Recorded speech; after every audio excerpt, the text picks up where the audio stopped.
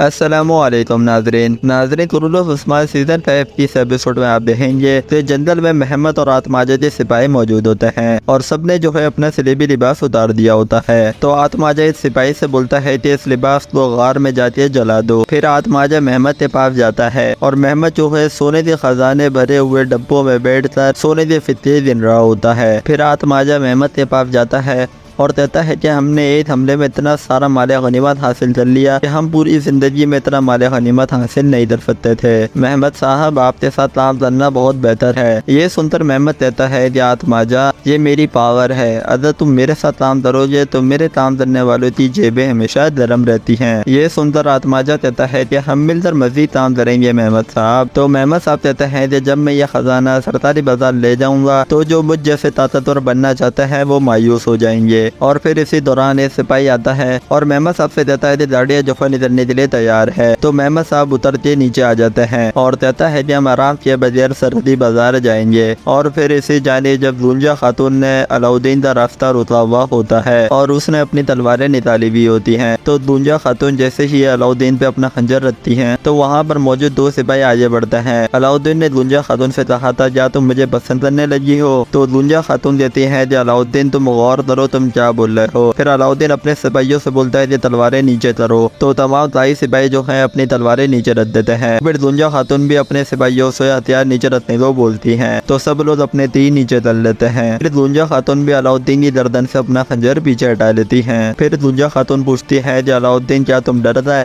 جس پہ علاؤدین کہتا ہے کہ تم اچھے سے جانتی ہو کہ میں کسی بھی چیز سے نہیں ڈرتا ہوں۔ میرے لیے تمہارے بابا کے پاس کوئی گوشت تو نہیں کھانے کے لیے؟ چال باز خاتون، میں بازار میں تنگ ہو گیا تھا اور روڈ دوڑ کے لیے وہاں پر کوئی بھی نہیں تھا۔ پھر میں نے سوچا اگر میں یہ بازار چھوڑ دوں تو کون میرا پیچھا کرے گا؟ یقیناً چال باز خاتون۔ تو جس پہ دنجا خاتون کہتی ہے کہ اللہ اللہ ہے یہ تم نے گھوڑ سوار چلے طرح ہے۔ تو علاؤدین کہتا ہے کہ میں پہلے تمہیں گھوڑ سوار میں نہیں پکڑ سکتا تھا، شاید میں اس بار تمہیں شکست دے دوں لیکن تم کوئی چال نہیں چلو گی۔ جس پہ دنجا خاتون کہتی ہے کہ اگر میں جیت گئی تو تم دوبارہ مجھے چال باز نہیں کہو گے۔ تو علاؤدین کہتا ہے کہ ٹھیک ہے مجھے یہ شرط منظور ہے۔ پھر علاؤدین کہتا ہے کہ اگر میں جیت گیا تو جس پہ دنجا خاتون کہتی ہے کہ تم کبھی نہیں جیت سکتے، لیکن مان لیتے ہیں کہ اگر تم جیت جاتے ہو تو تم کیا مانگو گے؟ تو جس پہ علاؤدین کہتا ہے کہ چال باز خاتون تمہیں یہ پتہ چل جائے گا۔ تو دنجا دیتی ہے کہ ٹھیک ہے بازار کی طرف چلتے ہیں۔ تو علاؤدین کہتا ہے کہ بالکل صحیح ہے چلو۔ تو علاؤدین کہتا ہے کہ ٹھیک ہے چلتے ہیں بازار کی طرف چال باز خاتون۔ جس پہ دنجا کہتی ہے کہ یہ آخری دفعہ ہے کہ تم نے مجھے چال باز کہا ہے، مدرسے کے طالب علم۔ تو علاؤدین ہنستا ہے اور کہتا ہے چلو ٹھیک ہے۔ پھر دونوں اپنے اپنے گھوڑے پہ سوار ہو کر سرحدی بازار کی طرف روانہ ہوتے ہیں اور دونوں ایک دوسرے سے آگے نکلنے کی کوشش کر رہے ہوتے ہیں اور دونوں ہی نہایت خوش ہوتے ہیں۔ کبھی علاؤدین آگے چلا جاتا ہے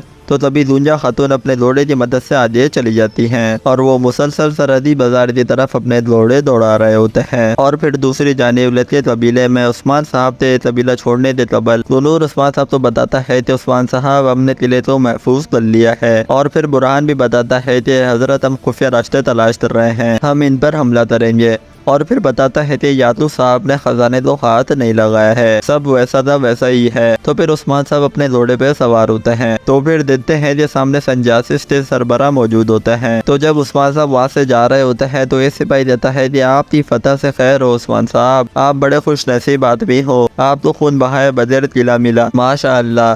یہ سندر عثمان صاحب کہتے ہیں کہ سپاہی تم بھی بڑے خوش نصیب ہو، تم نے بغیر لڑے مال غنیمت حاصل کر لیا۔ یہ سن کر وہ دونوں بڑے حیران و پریشان ہوتے ہیں اور یہ سربراہ کہتا ہے کہ آپ نے تو ہم سے کہا تھا کہ ہمیں مال غنیمت میں سے کوئی حصہ نہیں ملے گا اور ہم نے اس پہ واللہ کہا تھا۔ اور دوسرا سربراہ کہتا ہے کہ ہم یہ نہیں چاہتے ہیں، کیا تم سردار کے حکم کی نافرمانی کر رہے ہو ہیں؟ تو یہ سپاہی کہتا ہے کہ نہیں عثمان صاحب ہم کوئی نافرمانی نہیں کر رہے ہیں۔ تو عثمان صاحب کہتے ہیں کہ وہ لوگ بہتر ہیں جسے اس کی کوئی چاہت نہیں ہے۔ اور پھر آپ برہان سے کہتے ہیں کہ سجاد کو بولو انہیں سیدھا مال غنیمت دو۔ تو برہان کہتا ہے کہ جی حضور جیسا آپ کا حکم۔ اور پھر تنور سے کہتا ہے کہ تم قلعے میں مردوں کے محافظ بنو اور شہر واپس آ جاؤ۔ جس پہ تنور کہتا ہے جو حکم حضور۔ اور پھر فنجاسس سے کہتے چلو۔ تو جیسے ہی عثمان صاحب چلتے تو پیچھے سے سربراہ آپ کو روتے ہوئے کہتا اب سے آپ ہمیں سنجاسس نہیں دینا، اب سے ہم جو لائی کے لیے لڑیں گے۔ جس پہ عثمان صاحب کہتے ہیں کہ اے واللہ چلو۔ اور پھر عثمان صاحب و باقی سارے سپاہی انہی شہر کی طرف روانہ ہو جاتے ہیں۔ تو ناظرین اگلے پارٹ میں کیا ہوتا ہے یہ ہم آپ کے ساتھ اگلی ویڈیو میں شیئر کریں گے۔ اس کے لیے آپ ہمارے چینل اردو ڈرامہ پوائنٹ کو سبسکرائب کر لیں۔